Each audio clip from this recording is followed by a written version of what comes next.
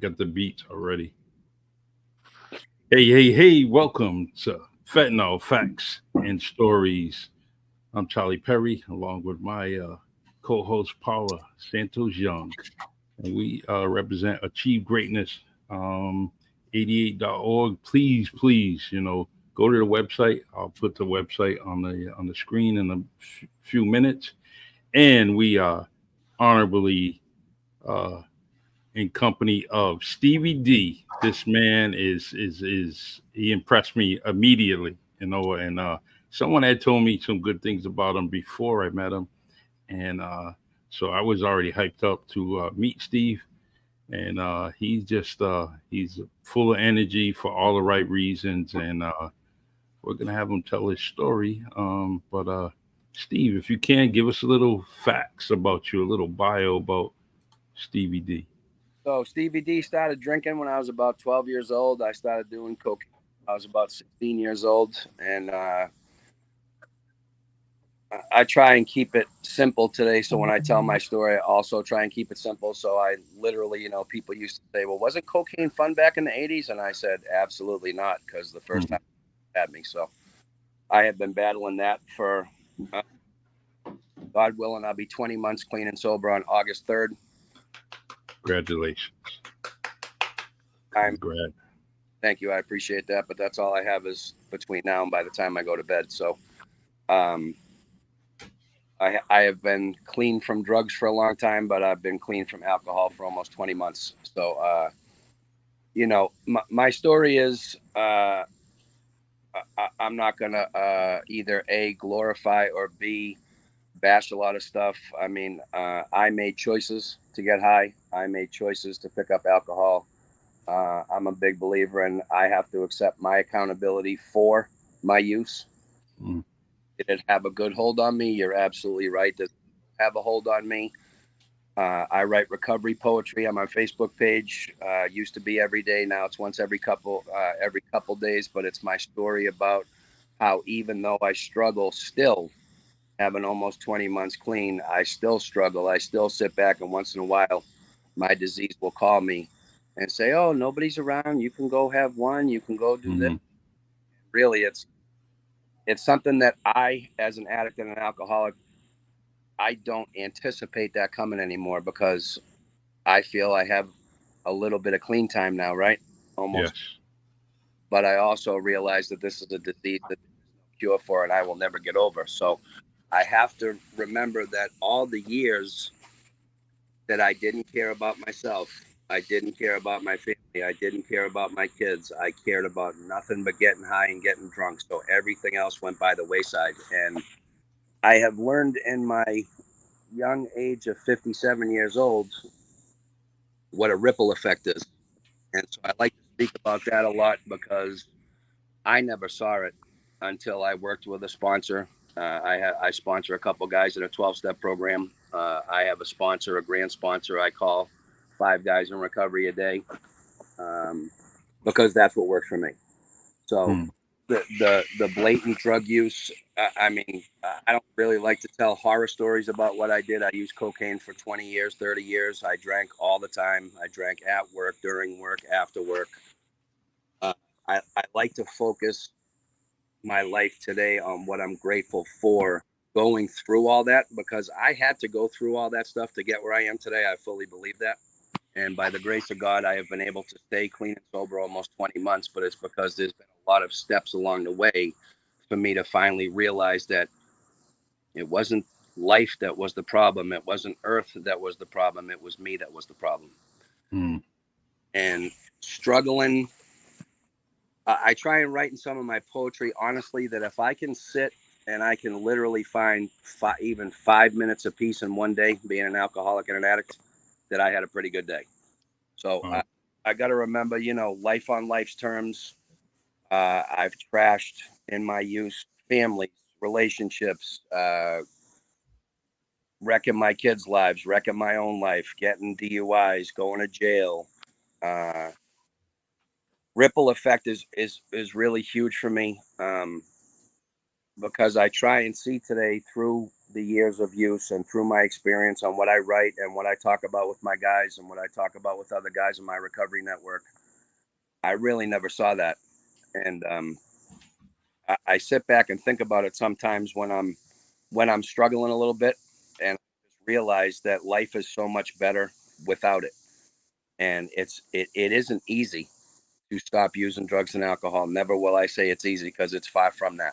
It Yeah. is one of the toughest things that anybody, and I call people that pick up a white chip, which is a 24-hour chip at any meeting, or if they've been sober 40 years, guess what? They're the same to me, that we're all equal. We all struggle with a disease of addiction. Uh, I try and keep things in the present moment, and I try and realize that what my ripple effect did to the people around me. And I kind of use those today. I don't live in regret, but I remember those things anytime I'm struggling real bad, when I want to get high or I want to go drink, or I can feel I can sneak one and nobody's going to catch me. I always remember what I did to other people. And I have such a great life today in sobriety. I have a wonderful lady in my life that is amazing. I have uh, grandchild to be, and a Mm-hmm. daughter-in-law to be, and son-in-law to be, and it's just been a blessing to be able to be around them and be in a family atmosphere where I am clean and sober. I'm present. I'm there for them. They can rely on me. So many times in my life, I missed siblings' weddings, people's funerals that I should have been at because I was too busy getting high and drunk. So, Wow. It's I'm first off is I'm glad you're able to tell the story um in a sober mindset, and because that means a lot, that you said, like you said, it's not easy. no, It's not easy, and it's also not easy to talk about it, and you're doing that, and that goes a long way with me. And I also am aware of you helping people constantly, um, and that's your drive throughout the day. And I I think that and with you and Paula, you both do the same thing. You're trying to save someone's life every single day. Paula's talking and checking up on people. You said that earlier in our conversation just a day ago about you just want to check on someone, make sure you're all right, and that's what Paula does on a daily basis. So just want to say right on, Stevie. I mean, if you want, I also like to speak about how I stay sober. I'm getting, I feel you. Go ahead. um, when I say it's not easy, I mean it. And I don't put on a front today to say it's easy. I don't say, no, I never struggle, or I got this much clean time, so I'm cured. I'll tell you a couple of things. I never thought that I would go into sober living. Mm, Uh, I used to have a major problem with men. I don't like men. I didn't want to hang out with men. And it wasn't just because I wanted to hang out with females. That's not the point. I didn't trust men because of some childhood stuff and yeah. you want. But so I moved in after I got out of jail for a DUI. I moved into a house with 6 other dudes. And I get emotional about it because it saved my life. So when I work with my sponsor, doing my step work, and again, this is what works for me. I can only speak for myself. I do a 12-step program. I do sponsor guys. I talk to my sponsor and everything that goes along with being in a 12-step program. But I was standoffish when I got there. I didn't want to let anybody in. I've really learned in the past 19 and a half months to be able to let people in and to start building strong relationships and trust. But when I moved into that house, man, I'm not gonna lie, I wanted to not talk, not share anything with them. I wanted to basically, it wasn't required of me to go there, but I'll call it doing my time in sober living. Hmm. It's like I learned with the other guys, and sometimes it was sad because guys would relapse and leave the house because, speaking, not a lot of us make it in recovery. But it was great to be able to now speak about how sober living saved my life and how living with 6 other dudes from all different walks of life, all different kinds of jobs, all different races, all different personalities, all different egos were able to coexist in the same house. And I lived there for 7 or 8 months. Hmm. Yeah, I wanted no part of it. By the time I left there, I cried and I hugged everybody, and I still talk to all of them today. Um, so for me, I learned how to become grateful. I learned how to become, I don't like to say the male ego. I like to say that I got my own ego that's way out of check. I got a huge ego. But the funny part is, in my use, I also had low self esteem. So I would put on quite the front. So as I learned to live with these other dudes and go to meetings and talk to them every day and work what I needed to work to get to where I needed to be, you have love for basic human beings, right? Is what I learned. And to walk into any kind of meeting that's a 12 step or a self help, and you can't choose your family. That's the joke that everybody makes. You can't choose your family. When you walk into a meeting, you got a family right away. Hmm. So I suggest, when people ask me, how'd you do it, what do you do, you gotta for my recovery, I gotta speak to other alcoholics and addicts every day. I gotta write poetry when God puts it on my heart to write it, which is kind of funny. It's usually 11:30, 12 o'clock every night. I know the feeling. And I read some of Charlie, which I love. And Thank you. I will say this: when I was working with my sponsor, when I first started my step work, he said, "Do you write those poems to get a pat on the back when you put them on Facebook?" And I'm not going to lie, when I first put them up, absolutely did I want everybody to go, "Wow, what a great wow, you're doing excellent." Yep. Today, a lot of people have said I should publish them, right? So I am checking to see how I can do that.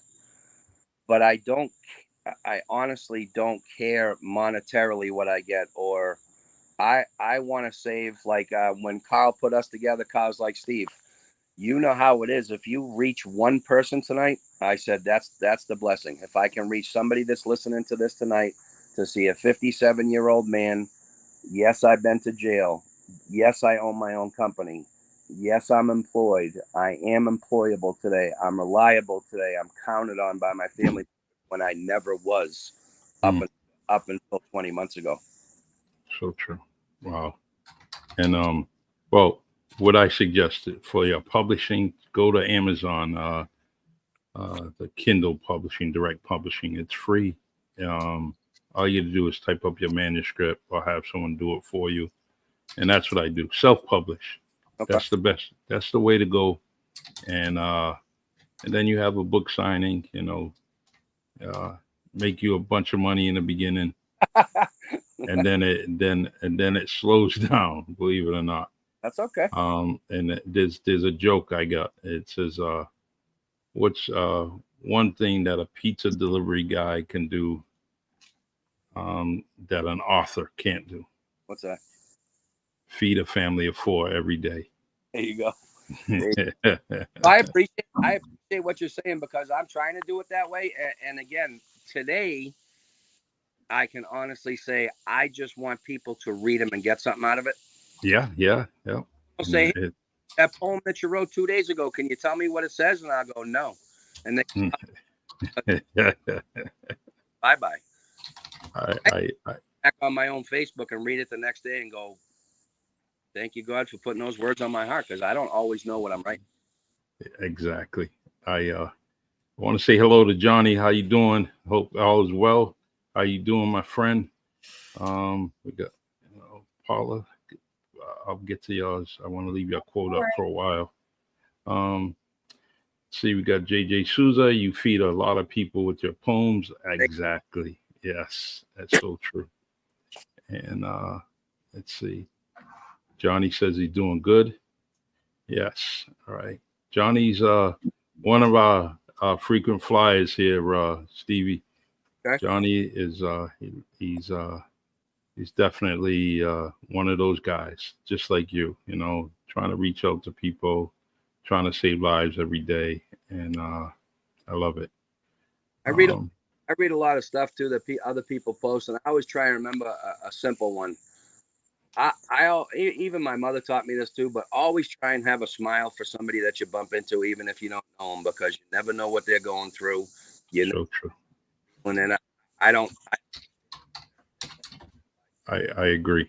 but I try, and I try to, step work is involving doing a daily inventory. So most of the time, because I fail at that too, but usually I try nightly to say, God, how did I do today? What could I have done better? Do I need to make an apology to anybody? Did I offend anybody with my wonderful sense of humor? Or did I, offend anybody by not holding the door when I should have, or things along that line? So I try and I sit out on my back deck. I work out on my back deck.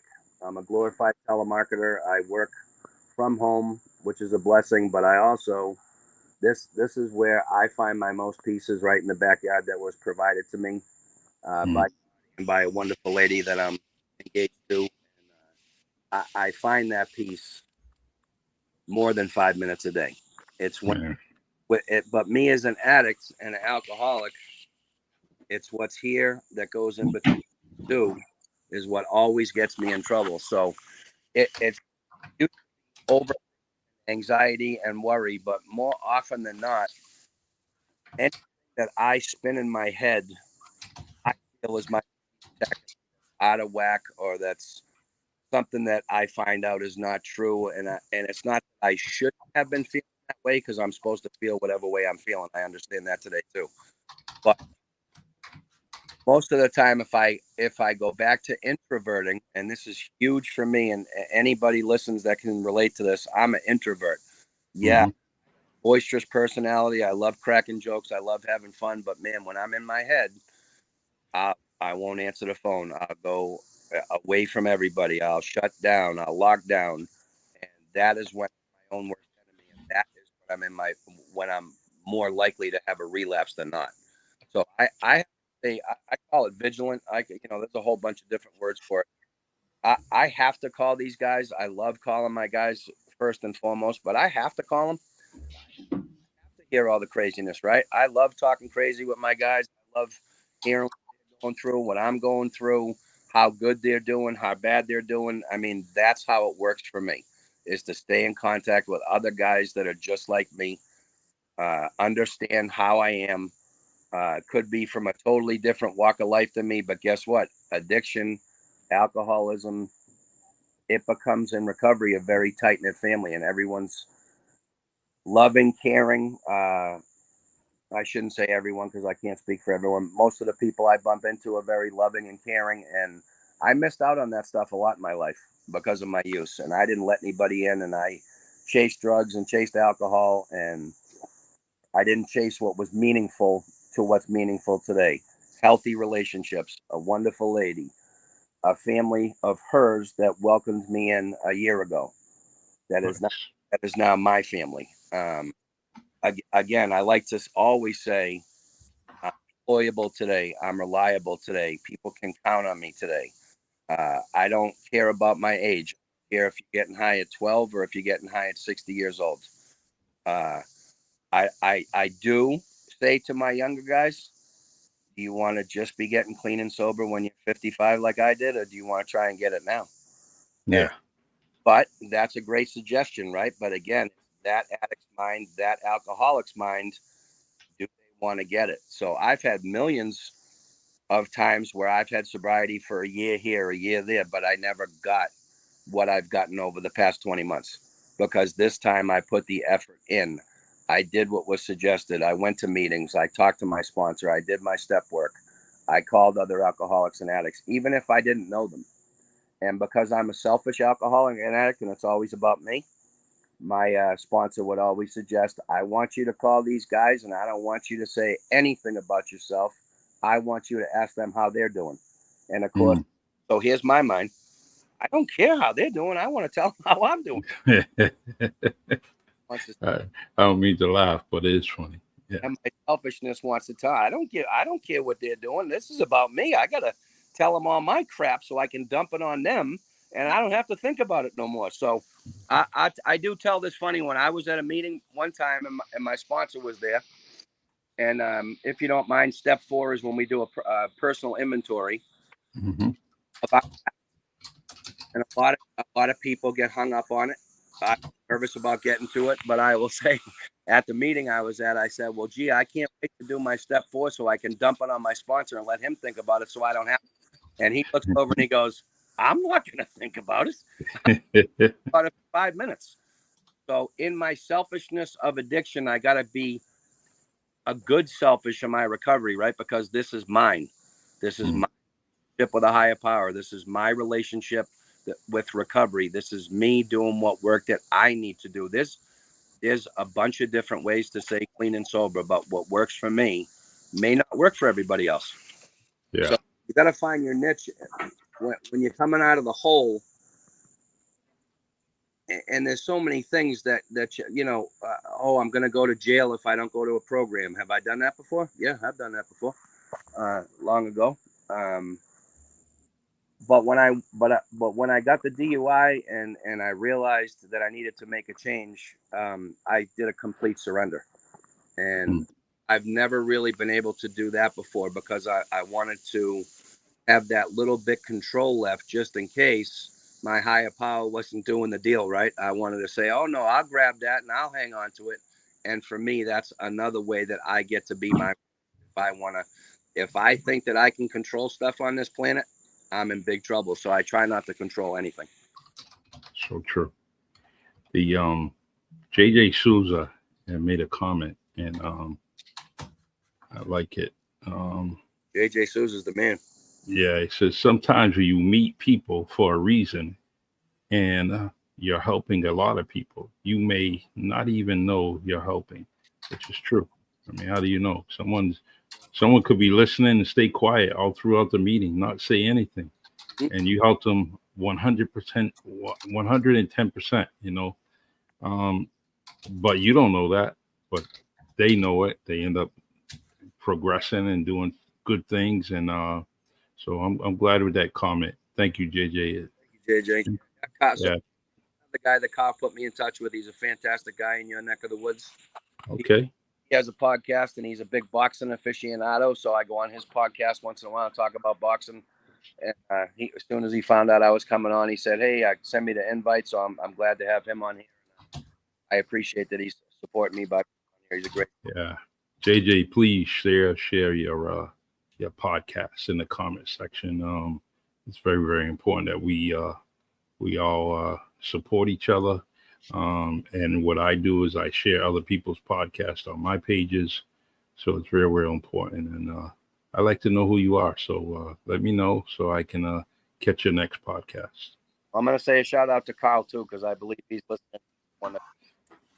He's too old. He doesn't have his hearing anymore, No. I did that the same way you just did. Yeah. One person that Yeah. me tonight is a wonderful thing. If it's more than that, great. I've learned humbleness and gratefulness, and I've learned acceptance, which is huge for me too. And I understand that, which I never thought I did. I do have a journey that I went through, brutal at times, and I've made it out to the other side. So I do like to say that if I can do it, anybody that's listening can do it. You got to put a step forward. You got to stay focused. You got to stay just as, getting high and using alcohol was a job for me for 30 years. It was my career. Did I work and make money? Yeah, but so I could get high and get drunk. I mean, I didn't. Mm-hmm. That's all it was about. So I try and put that same diligence into my recovery, and I fail. I absolutely fail. I won't call my sponsor for 2 weeks, which I'm supposed to call him once a week or once every couple of days. Mm-hmm. Today, I feel that if I don't call a couple of guys in my network, I feel it. If I don't share my feelings, I've also learned that honesty, yes, it can be hurtful, but it's much better than me lying like I used to. So I don't intentionally try and hurt people today, but I try and be as honest as I can. I fail at that too, but I try and be as honest as I can about how I'm feeling or how I choose to feel, because it's me choosing to feel a certain way, right? And what I do with that feeling could start me on just a downward spiral. So again, I respect anybody that's fighting this disease. I call them warriors. I get very emotional about it because I know it's killing a lot of people, and it's near and dear to my heart. And I usually don't cry too much, but I'm grateful to be able to have the gift of tears today. And Yes. just to know how much love is out there for addicts and alcoholics in 2024. Is there more that can be done? Absolutely, we all know that there is. Sure. Doing and Paul is doing, and I'm so sorry for your loss, Paul. I hope you don't mind me saying that about your son. In fact, Stevie, I think we lost him. yeah, once he comes on, you can ask that question, Paula. I think this is a very powerful, and we need to understand one of the biggest things is with what's going on in the country, with what's going on with substance abuse, and I'm sure, folks in addiction. I'm so sorry about that. That's No, technology that's okay. for you. No, right. that's okay. So Stevie, so I have I can't hear you guys now. He can't. He said he can't hear us. All right. Can you hear us now?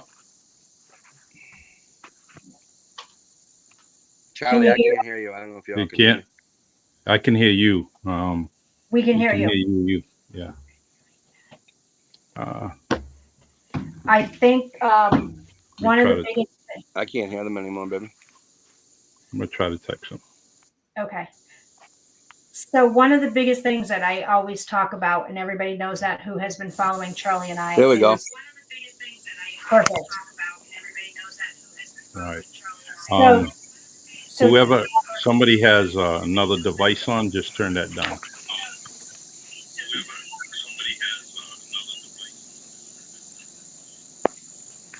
Did you hit the microphone, honey? Yep. Can you hear us, Stevie?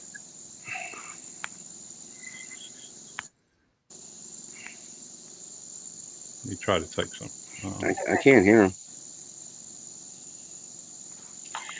So, JJ, what I was going to say is that when you recover loudly, you keep others from dying quietly. And I think that's very important. And that's why we do what we do. And even with what's happening now with the crisis with fentanyl and losing the people that we're losing every single day, 305 a day, we have to come together and we have to talk about it.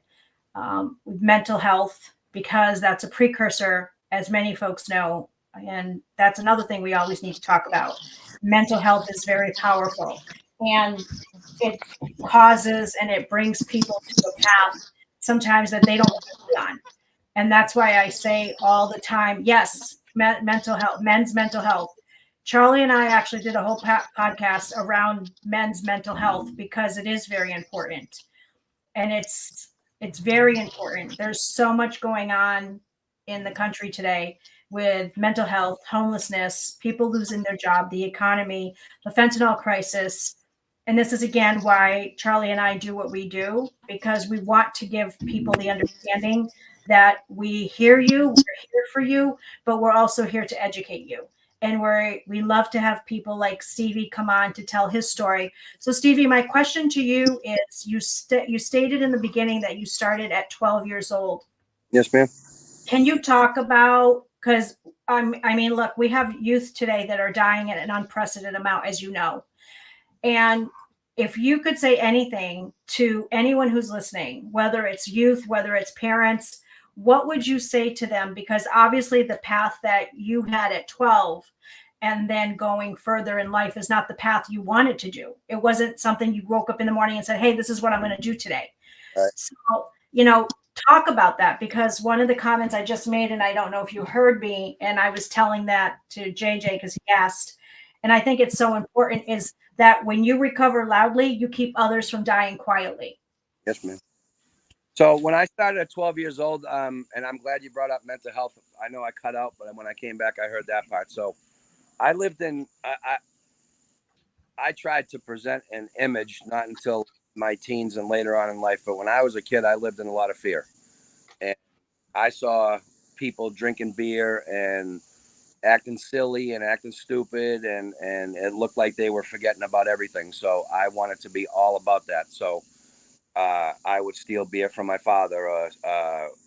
When we would be down Cape Cod, we would steal from people's houses, and we would go drink on the corner. And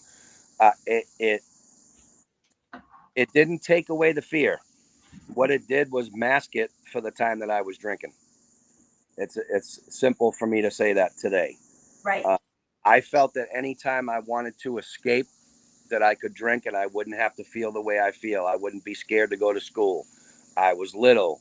I got bullied. I got picked on. I developed later on in life general anxiety disorder with panic attacks. And honestly, that is from my childhood, but it's also because of my drug use and my alcoholism. I went for a lot of therapy. Um, I was using benzodiazepines, lack of a better term, Xanax or Valium. Yep. I would get drunk. I would do cocaine to get rid of the drunk. I would get too high off the coke, and I would do Xanax to bring myself back down, and I would do it all over again. Hmm. And the easiest way for me when I talk about my recovery is I was just masking who God intended me to be. I was a scared little kid. I continued to be a scared little kid well into my adulthood. Um, I continued to live in fear. Uh, did I put on a brave front in front of other men to look like a tough guy and all that wonderful stuff that comes with my ego? I don't speak for other men, but my ego absolutely wanted me to pretend to be somebody else. Let's see who can get the drunkest. Let's see who can get in the most fights. Let's see who can do this. Let's see who can do that. And when I look at the tornado of what was my using days, I created my own panic attacks. I created by my use of constantly getting high and using cocaine and benzodiazepines. And I do like to say this. I thank the Lord that fentanyl was not around when I was a kid, because I would be dead. There's no question in my mind that if that was the thing back then, I'd already be in the ground. Hmm. And I'm not I'm not scared today. I don't live in fear today. I don't I think back to when I was a kid, and I always try and write about it too. Like, what was I scared of? And I've never really been able to pinpoint it. I used to be scared of dying. I knew that when I was a little kid. I'm not scared of dying anymore. I was scared of life in general.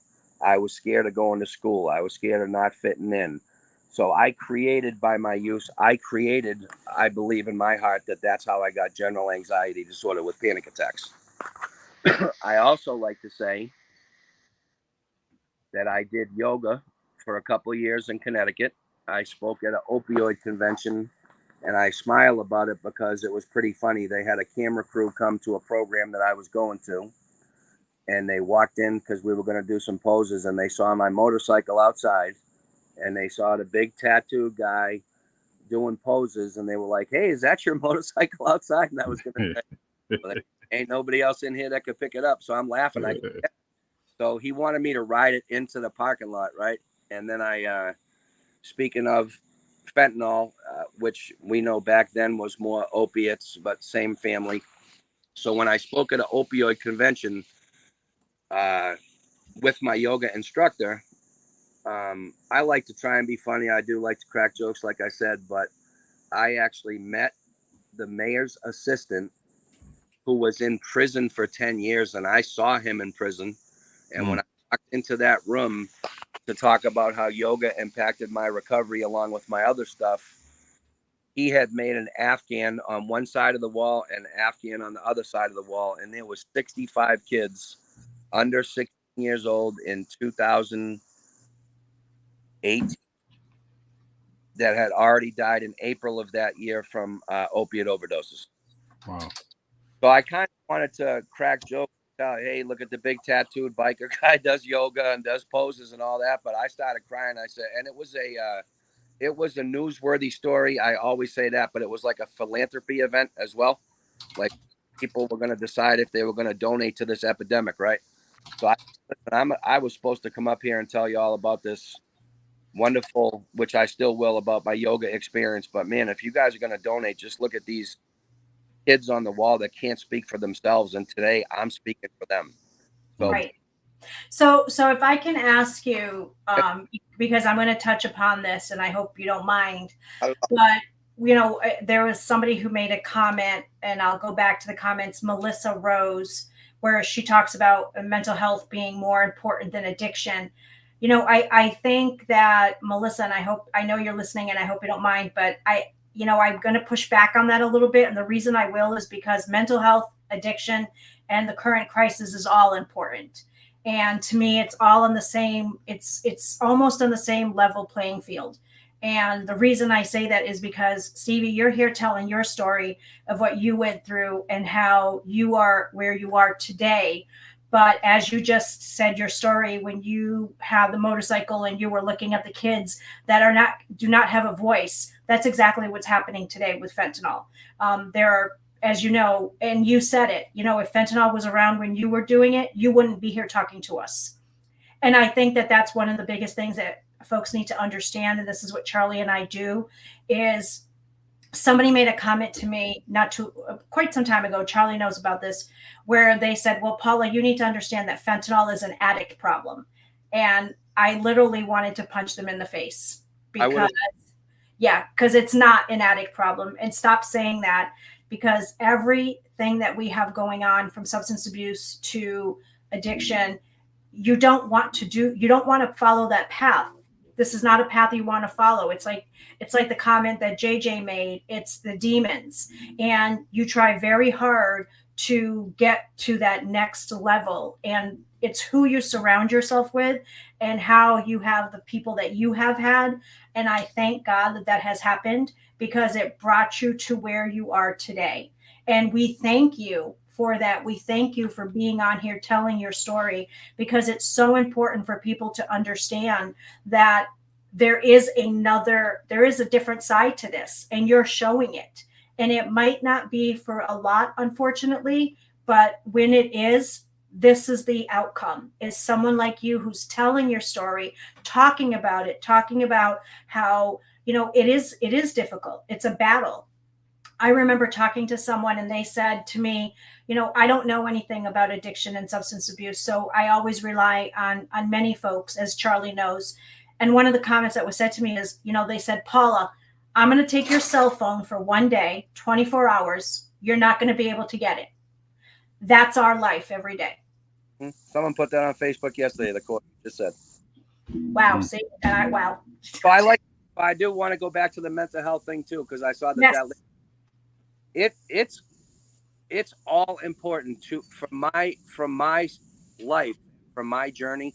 It's all intertwined, right? Because I was scared. I had anxiety. What did I do about it? I drank. I got more anxiety. I did cocaine. I got more anxiety, more fear. I was scared to breathe. I was scared to leave my house. I was scared to not leave my house. Drink more, be a different person, get high like everybody else. My choice to do it, but I wanted to fit in.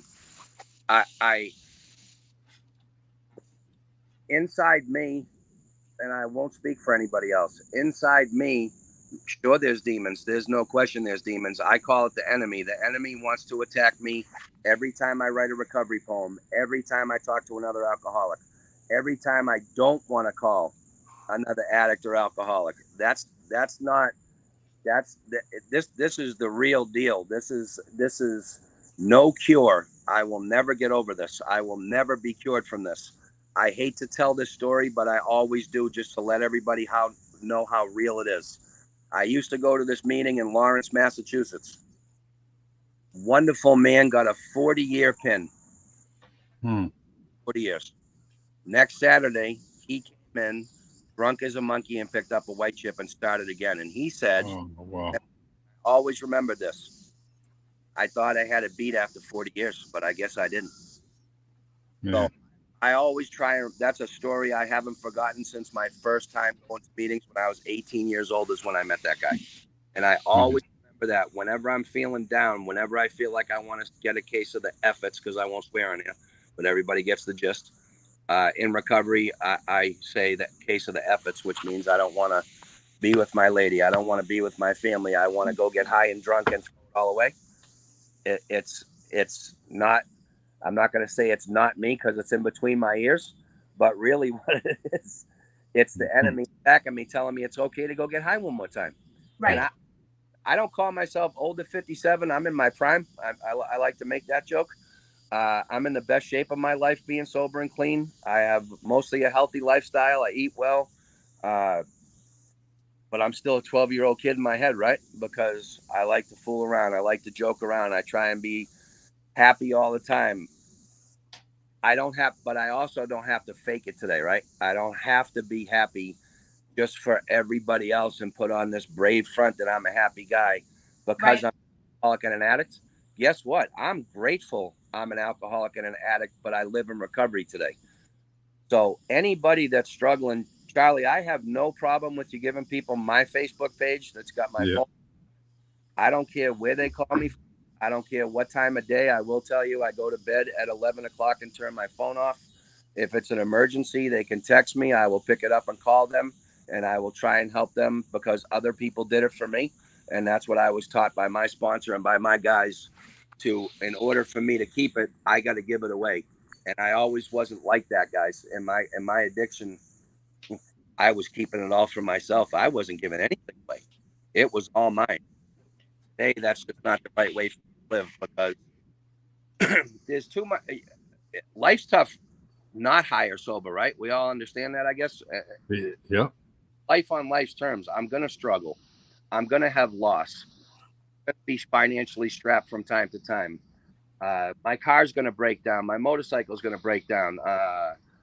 It's going to rain when they said it was going to be sunny out, and I get soaked on my motorcycle. That's the type of stuff that I used to drink on. No joke. People would say, "What are your triggers, Steve?" And I'll say, "I don't understand that word. I don't have triggers." And they're like, "What do you mean?" I say, "Well, I wake up in the morning and go, it's snowing. I'm going to get drunk." The next day, if it was raining, I'd say, it's raining. I'm going to get drunk. So it took me a while to understand the word trigger. I get it today. I do have triggers. It's what I do with them. Same thing as a feeling that floats into my head. My yoga instructor taught me, and I've never forgot this either. I'm going to have thoughts come in my head, right? I can, I think I can speak for everybody. We all have thoughts come in our head. He also taught me that sooner or later that thought is going to leave. It's not always going to be there unless I grab it and hang on to it, which I have learned not to do. In recovery, I can tell you that I haven't had a panic attack in years. I haven't had an anxiety attack in years. I've had little tiny, teeny ones maybe, but not the full blown ones that I used to get where I went to the hospital 16 times in 3 months thinking I was having a heart attack. And all it was an anxiety attack. So I don't, pros and cons of being in recovery for me, it's all pros. I love to live in recovery, but I also have to live in recovery. If you've never heard this term before, I don't have another run in me. I don't have another let Steve go on a 3-day bender. This is not a joke, but last time I drank, the doctor came in and said, "Hey, I put myself in atrial fibrillation, by the way, with my alcohol. I was, I had different heart medication. My drink, I had a cardio version, didn't work. Inhalation didn't work. Right, so I'm not. That's what. But I also say, here's how my disease get me. I'm laying in the bed and the doctor goes, "Steve, your liver's real high." So, well, what is it? He said 328. I said, well, what's it supposed to be? He said, Mm-hmm. 45 and 55. I said, well, when does it get real bad? Wow. Yeah, that's powerful. The it's just this podcast, right? We're communicating with a lot of people just in the comment section, and they're from all kinds of walks of life. And this is what we're talking about. All Yep. three of us have basically, and including the comment section, they all have said something. Whoops. Yep. So the silly end of the story is I said, when does it get really bad? And he said, when it gets to be about 1,000. So my disease says, oh, so I got like 628 more to go. I'm good. Mm, mm, That's not funny, and it's not good for me to be thinking that. no, So no, it I, isn't. I like to also say that there's craziness in between my ears every day. I have not found a way to get that to go away, and I'm not worried that it's not going to go. I know the thoughts are going to come in and I know they're going to leave. So today I choose not to dwell on the thoughts that come into my head. Do I have some negative stuff go on in between my ears? Half the day, half the day. And I always try and say to guys that speak to me and that I get along with and I meet that I might have said it earlier, but I always like to say if I can find 5 minutes of peace every day, I had a pretty good day. Yeah, it's like you said, that's what you get that backyard from That's for, right. rather. Yeah. The I also want. I mean, you talked about JJ yesterday and being on his podcast. Yes, sir. This guy's all over the place on this podcast Yes, right he is. now, right? Yes, he is. And I'm gonna continue. I'm gonna support him. I'm gonna definitely do all I can to support him and share his podcast. You're right, And, Jake. There's no and friend, not for this alcoholic and addict. No yeah, friend. and it's Paula wrote something here that I like. It says recover out loud. It's not a program. It's a movement. So perfectly said. Um, means yeah, definitely. It is it's so important. That message is speaks volumes. Um, Paula, I know that we got a few things going on and with Achieve Greatness. Um, with the basketball tournament. I reached out. I talked to Phil earlier today. I reached out to a few people trying to get the sponsorship for um, for the tournament. Could you explain to Stevie what Achieve Greatness is? Yes. So Achieve Greatness is actually a nonprofit organization here. It was started by our son that we lost unexpectedly 2 years ago. And his love was basketball. So what he did is he created Achieve Greatness. He created the logo, the mission, everything. And what he was doing is he was teaching kids from elementary all the way up to college level basketball skills, one-on-one. It became almost like a big brother type of thing with mentorship Love it. where the kids looked up to him. When we lost him unexpectedly 2 years ago, my husband and I decided to take this and create a 501c3. So we have it patented, we have it trademarked. And what it is it's a movement. One of the things that every time I talk to kids and youth and even people, we have our wristbands, and the wristband says Achieve Greatness. So I always tell kids, I said, when you don't think you're enough, or when you think that you can't do more, I want you to look at the wristband. Beautiful. I love it. Because you can always achieve greatness. Yes. Mhm. Always. And I also talk about how, and this, Stevie, how right now every single synthetic drug in the street is laced with fentanyl. So we talk about the prevention of that. We give awareness to the parents and the community and everyone we speak to. And this is what we are. And and then of course the sports aspect. We have a basketball tournament coming up on August 17th, where we are doing the first annual basketball event in memory of our son, because that was his favorite thing. He loved basketball. So all the teams that we're having, it's free for the kids. And we're making sure that the community comes together, because it's not just, it's like what I just said to you. It's a movement. It's saving lives, and it's talking about the dangers of what's out in the street today. Because I'll be honest with you, and Stevie, you touched upon it quite a bit. If fentanyl was around when you were using, you wouldn't be here. And I think that there's so many things that are happening today where it says, not my city, not my kid. You can't make that comment today. Not anymore. No. And there's too many people still making it. So that's why Charlie and I do what we do. Charlie knew my son, and this is kind of his way of memorializing him. And of course, I come on and we have amazing, amazing guests. I try to bring really interesting people. Not too long ago, we had someone on here who was a former dealer in Boston. And I happened to ask him right live, like I'm talking to you now. And I said, hey, if you were to go back to your life, and he did 20 years in prison also. And I said, if you were to go back to your life, how quickly could you get fentanyl? And he said to Charlie and I on the podcast, he said, well, it's 7:55. By 8 o'clock, I could have $10,000 in my possession. Mm-hmm. Yeah. Because that's how easy it is to get this right now. And because it's in everything, this is our message, is making sure that we are making you aware that is in, it's in the Coke, it's in the meth, it's in the gummy bears, it's in the marijuana, it's in the vape pens. It is in everything. And of course, they're also, mixing it now, as you know, with Trank, which is xylazine. And that's a whole nother thing, because Narcan will not work on that, because xylazine is not a synthetic opioid. It's an animal tranquilizer. So now you have paramedics and firefighters going on calls with the police. As Charlie used to be a former police officer. They're not bringing anybody back because of the mixtures that are going on with this. So this is what Achieve Greatness is. And then, of course, we have legislation also that's going to be passed. Yeah. So I'm doing a lot. So I would like, JJ's mentioning it too. I think after the podcast, Charlie, that me, you, and JJ and Paula should talk sometime. Yeah. I agree. I agree. What I do for a living, but I keep that separate from my recovery, which is fine. A lot of people that know me know about my recovery story, but I believe that me, you, and JJ and Paula could probably do something for your neck of the woods where I could get some sponsors for you. Sure. I always mention this because I'm in your neck of the woods on your podcast. Yeah. Chris Herron, if nobody heard of him, he used to play for the Celtics. Yeah.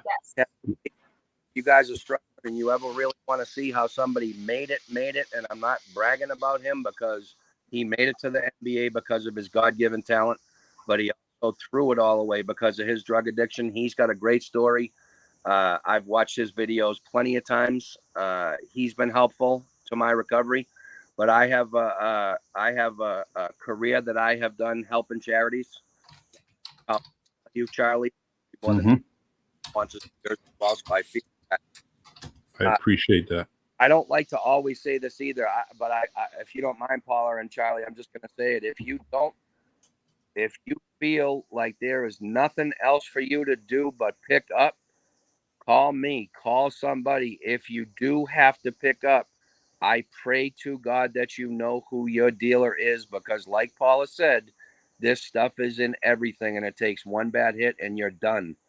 So I don't want you to pick up. I want you to call somebody instead. But if you feel that you're at the end of your rope, yep, have no choice but to pick up, I pray to God that you know the person that you're getting it from. But on a side note, I pray even harder that you don't pick up. I told Charlie that he can put my phone number on here. He can put my Facebook page up on here. You got anybody that's struggling can call me anytime. I mean, if you want me to say my number, it's 508-685-2315. I take phone calls from people I know and that I don't know that want to be in recovery because and I appreciate that because I can tell you, and I'm sure you know this, and JJ, I don't know if you do, and Melissa, but what's happening now is that unfortunately 80% of the deaths that are occurring with fentanyl poisoning, they're actually getting it from someone they know. And that's what's happening, because my son knew the person who gave him the marijuana. He didn't get it from the street. So now you have the 20% that the kids are going to the street. And just like you, we tell them all the time. I mean, I have been told when I speak, you shouldn't use a scare tactic to scare the kids. And I said, hold on a minute, time out. You know what a scare tactic is? Go ahead. Is sorry. That's okay. It's what my husband had to do when he had to pick up our son's casket. Yep. And that's why we do what we do. Yes. Amen. And that when Paula cries, it hits me so deep. And I agree. And what can I do? What can I say? But Paula, I'm here for you. Yeah, and because she had a special kid in her life, and that's all I have to say. He's just a special dude, and I don't mind adding to it. He's still with you, Paula, as you know. And I'm sure he's smiling like an absolute basketball champion from heaven, being proud of you for what you're doing and for keeping his legacy going. And now I'm going to cry because that is a beautiful thing that you're doing. And JJ does a lot of fundraising around, and he knows how to get in touch with a lot of people. And he said he would do anything to help. So I really feel that God put us together all for a reason. That's my belief. Doesn't have to be anybody else's because it's mine. But I feel that this all happened for a reason. I've been doing professional fundraising for 36 years. So I know a lot of people in Massachusetts. And when I find a great thing that I like to do, which is what I have been doing for the past 36 years, multiple reasons. Yeah, I do it to make a living, but I also do it because I see the progress. I see the efforts. I see where the money goes. And I will be talking to you off the podcast about whatever Steve Davis can do to help you and JJ, whatever he can do. So I think we should all get together and absolutely talk about doing something. Thank you. Absolutely. Thank you. And I think that one of the biggest things that people need to understand is, and I'll be honest with you, Steve, and I'll share this with everyone. Charlie knows this story. I was one of the people that when I saw someone struggling, I wanted to help, but I didn't know how. Right. And I never made a comment that was off the cuff because you're human. You're important and you matter. And what really put me into this and to thrust it to where this is 24/7 for me, Charlie knows this, is when the head detective in Annapolis, Maryland, where my son was living, called me and said to me on the phone, "Well, Mrs. Young, what the hell did you expect? Did you expect a different outcome?" Yeah. And that's where I knew that we had to also work with people like yourself, Stevie, because like I said to the detective, even if he did suffer from substance abuse or he was in recovery, he's a effing human being. And how dare you? How dare you?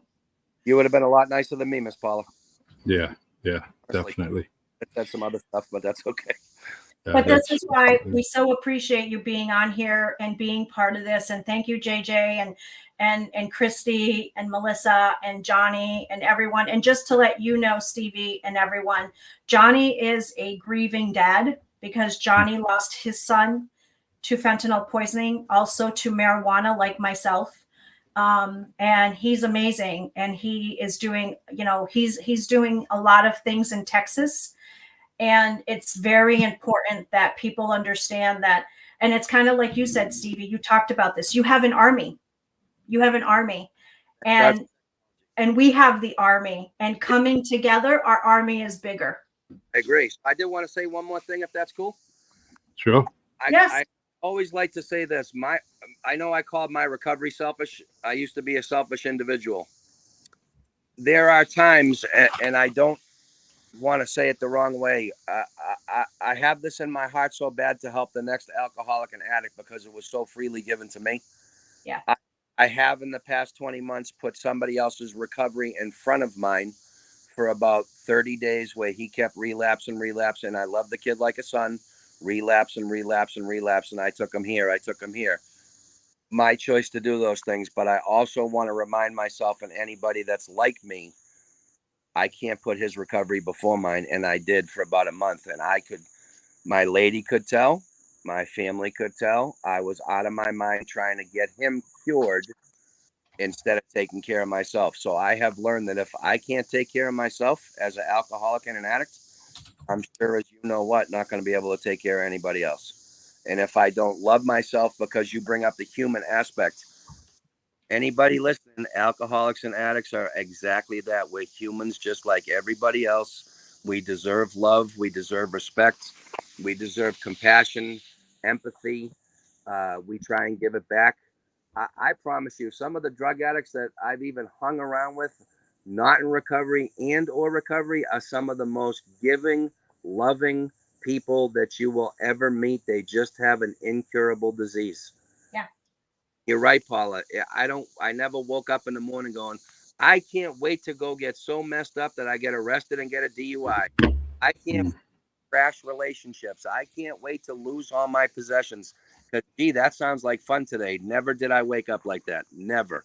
But also on the scope of alcoholism and addiction, I never wanted to admit I was an addict either when I was a young kid.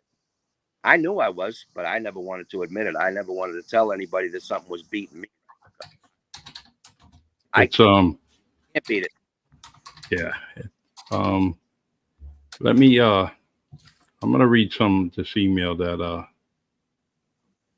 Paula gave me earlier from the president.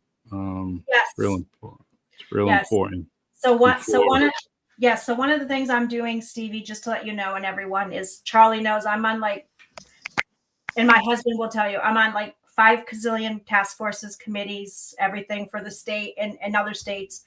And one of the things that I've joined this committee that talks about how easy fentanyl is to get into the country from UPS, FedEx, just delivered right to your home. It's called the de minimis loophole in federal terms. And the Biden administration and Harris today put something out where they're actually helping to stop the flood that's coming in. And they're telling federal and local law enforcement, we're going to help you. We're going to give you more tools to stop this. And it's interesting that just happened today. And I'll share with you why. And Charlie knows me personally. I met with one of our senior senators not too long ago. And I said to him, what number is it? And he looked at me and he goes, what do you mean? I said, well, in Massachusetts last year, we had 2,150 overdoses. 75,000 of them were fentanyl related. The year prior to that, in 2022, we had 2,350 deaths, and 85,000 of those were fentanyl related. So what number is it, Senator? What number? What number are you all going to care? Right. And he looked at me, and of course, I know I can feel Charlie laughing, and he's like, I just want to get the hell away from this chick but when I talk to people, I'm not yelling and screaming. Spirited, we call it. Correct. I'm coming to you, and I'm giving you facts. Yep. And Charlie will tell you, and this is a joke that everybody here in the community knows about Paula Santos Young. Be cautious, because I will throat punch you if you piss me off. That's what you should have did to the detective. Right up. But of course, I never will throat punch anyone, but they all say it about me. That's okay. let them think it, Paula. Keeps them on their toes. That's it. Well, it's all of us working together. That's what it is. It's all of us working together, coming to the table and saying, I'm here. What can I do? How can we be here together collaboratively? And even if we don't always agree on something, but we're here for the common goal, and that is to save lives. Yes, it is. All of it coming from both of you. I promise you, I would never usually admit this stuff back in the day. I can feel the love you have for addicts like me, both of you. I'm grateful that you're doing what you're doing. I probably would have throat punched that senator, so I probably wouldn't be if I was my old self. But at the end of the day, it's if they can't see that it's taking over, yeah, it's a takeover. This is what I call a takeover. And I love the word movement instead of program, but this drug is a takeover. It's death in a hit. It's not death in 5 hits. It's not death in maybe I can do a little. I tell you this, at my sober house when I lived there, I walked into the bathroom. I found a little tiny baggie with 2 little purplish black. I never seen 2 little pebbles, maybe that big. And I brought my guys and I said, what's this? And he said, that's fentanyl. I go, is that a lot? He goes, that's enough to have 2 people die. I go, 2 little pebbles like that? He said, absolutely no question, overdose or die if 1 person or 2 people take that. Yep. What if that's not scary? Now I can't not say that I never had fun getting drunk or high, but this little is going to kill me. Yeah. That bit's going to kill me. End of story. I don't get to kiss my mother no more. I don't get to kiss my wife no more. I don't get to hug my kids no more. I'm dead. And it's a takeover. The disease is a takeover. And every drug that comes out seems to be a little stronger, seems to be a little bit more of a killer. And as the stats go up, seems to be a lot more of a killer. And so I always tell people when they text me, you got any advice for me? I use 3 words. Don't pick up. Whatever you do, don't pick up. I don't care if it's a nip. I don't care if it's a gallon. I don't care if it's 1. I cannot do any of it. I can't do 1. Mm-hmm. I tell this story about Longhorns. I'll go in and she'll say, there's a wait. Do you want to sit at the bar? And I'll be like, no. And they kind of look at you funny and go, why not? And so I try and be polite and I go, I'm allergic to alcohol. Most people get that. One time a lady did not get that. And she's like, and she kind of gave me an attitude and said, well, what does that mean? I said, well, you see the bartender over there? And she said, yeah. I see, you see all those bottles behind him? She said, yeah. I go, that ain't enough. And she goes, what do you mean? I go, I will drink all of that until I pass out or die. You do not have enough booze in your establishment that Steve will not drink. And I said, the good news is the steak's going to be there in 45 minutes. So please put me on the waiting list. Yeah. So, It's this is definitely has to be one of many parts that we get together and do this. I'm in it. Count me in. Anything. Yeah, we definitely got to keep on doing this. This is I already feel the vibe. I already feel the just the inspiration that we all have given each other from the comments and from the host and you, Stevie, the main guest here. We have I'm gonna tell JJ I'm wearing a better hat than him. We buy hats from the same company. JJ, oh yeah. gotcha. Yeah. We believe it or not, I was just talking about a friend before this podcast, and his hat was similar to yours. And I that was the impress. Well, I liked him, but what impressed me first off was the hat. I was like, oh, that's cool, you know. I was like, and that got me glued into him. And I was talking about his family, and and then I talked to his family earlier, and I said, you know, your nephew's hat, I loved it. I said that was a great first impression, you know? And it was that something simple. He wears them on every podcast, so I had to break this one out tonight because I knew he was going to be watching. I was wearing my other hat when I was on his podcast, not like this, so I had to make sure I wore one tonight. I have a black and gray one upstairs, and a black one, and also a gray one. So I have 2 of them, and every time I see them, I get them, and I love it. So, Charlie, I'd like to say how grateful I am for your service as a police officer. Thank you. And also, you retired from the police department, right? 30 years, yep. What you're still doing. You're still continuing to make an impact on the community that you served for 30 years, which is a blessing for me just to hear. If I never spoke, I still have the utmost respect for you, just how Kyle spoke about you. And thank you. To see Paula's raw emotion and for me to be able to connect with you two and show my emotion, I'm not, you know, I used to be worried about someone's going to see you cry. I don't care. I hope you cry because this is in my heart. This is something that I've battled my whole life. I battle it today. I battle it yesterday. At meetings, I always say, well, what time is it now? Oh, you know, how long you been sober? Well, it's about 2.5 hours before I go to bed. Then I'll have that 24 in the book. But until I got 2.5 hours to battle before I lay my head down at the end of the day. That's exactly.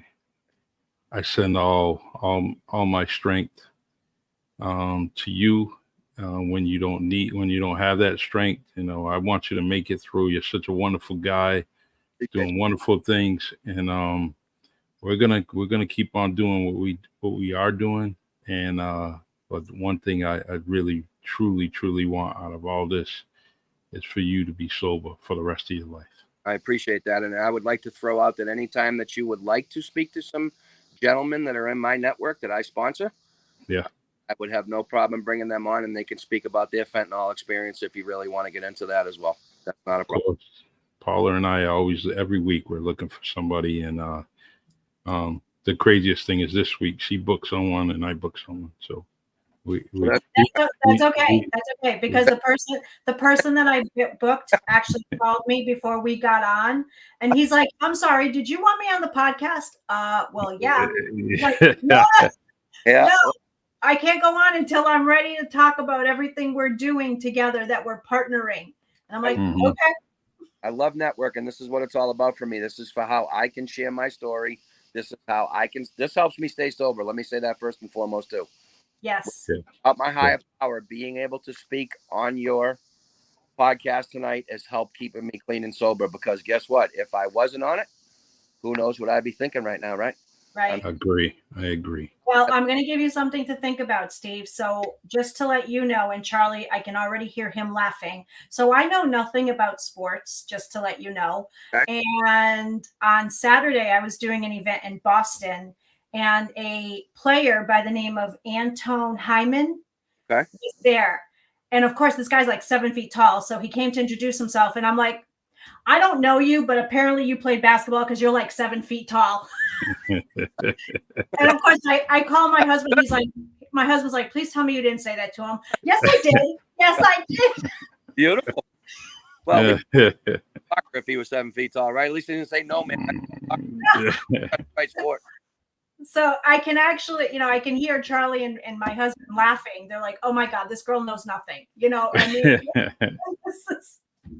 mean, we're gonna talk about you on Monday at our sports podcast. So yeah. Oh, I'm sure. Listen, there's a lot of people talking about me because when he said to me, I said to him, we're doing the basketball tournament.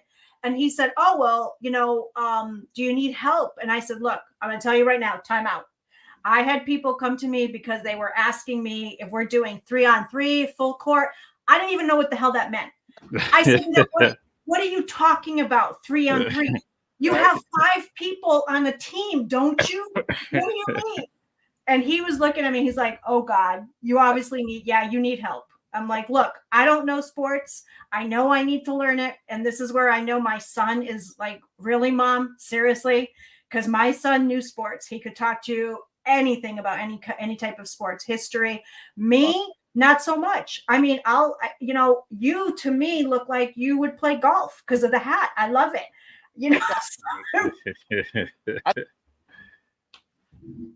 Awesome. So now I just left you with something, Stevie, about me. That's okay. I like it. I think it's pretty funny. You picked the right sport, so you did good for yourself. That's the way. Yeah. Awesome.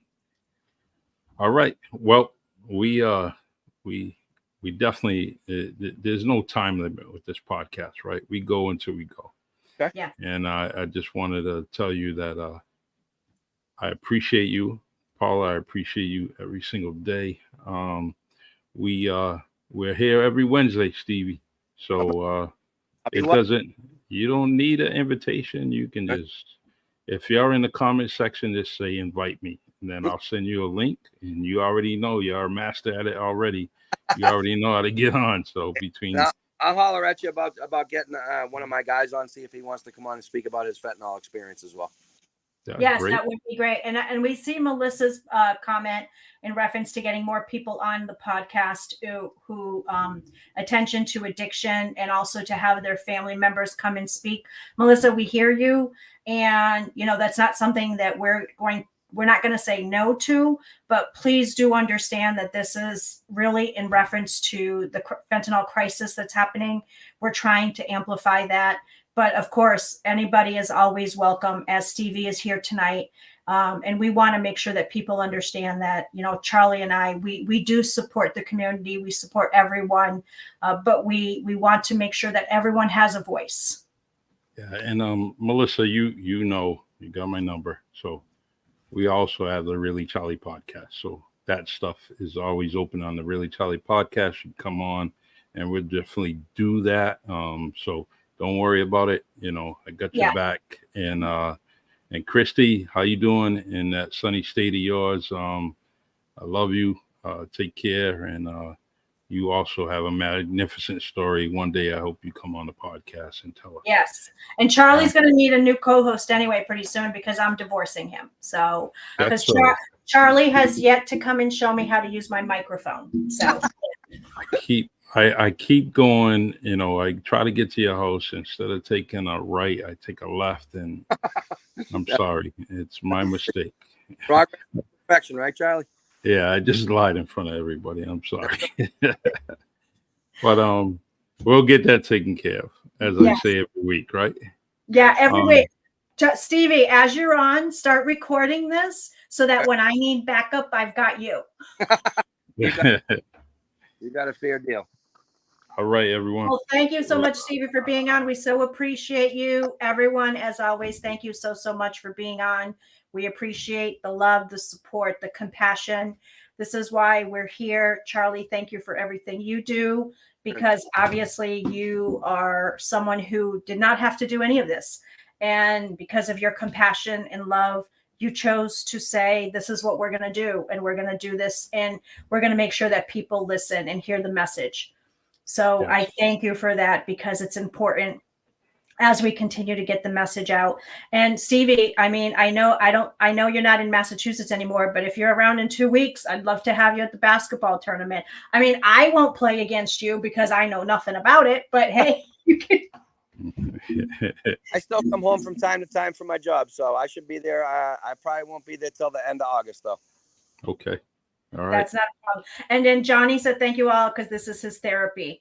Really, Yeah. Johnny? Because weren't you just talking to me today? I thought I was your therapy. Really? No. Johnny, doing what you're doing in Texas. Yes, he's doing a lot of good things. Joseph Fuller, very important. Thank you for this podcast. Absolutely. Yes. If anyone needs to, oh, yes, Johnny will be here in Massachusetts for the basketball tournament, just to let everyone know. Charlie, you already know that. Awesome. Awesome. And yes, and we thank you all for listening. We thank you for paying attention and for bringing up so many wonderful things. Stevie, we thank you for being on here. This was amazing. And please, you're more than welcome.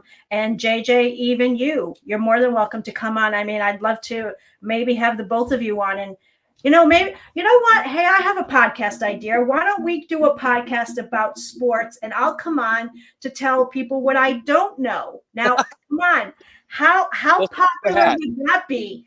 We'll send you You one can, of these. yeah, you can come on the Say What podcast on Monday. I don't want to do, no, I don't want to do yours. No. I'm talking to Steve and JJ. AJ's a hoot too, so he's got to tell too. Perfect. All right, everyone. He said, go. Have a nice night, everyone. All right. Take care. God bless. Love y'all. God bless. All right, man. All right, everyone.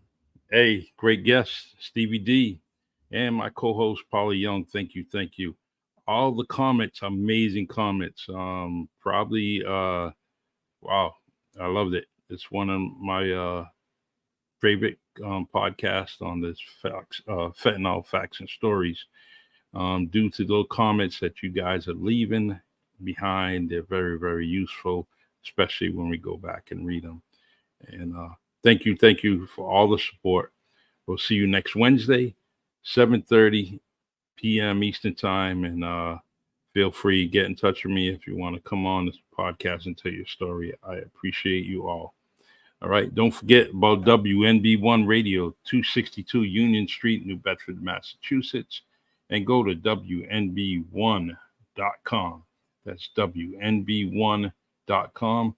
And also add the radio station to your devices, whether it's Apple or Android, and listen to music 24 hours, 7 days out of the week. All right. Take care. God bless. And I will see you guys next week. Take care.